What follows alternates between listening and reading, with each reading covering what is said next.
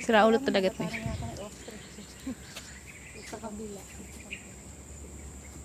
Bumaba yung ulo ng masyado. Ano itlog? Itlog ba yun? Hindi ko alam. Saan? Sa puwet? Ay, hindi. Ang itlog niyan doon na iniiwan. Sa ano nila.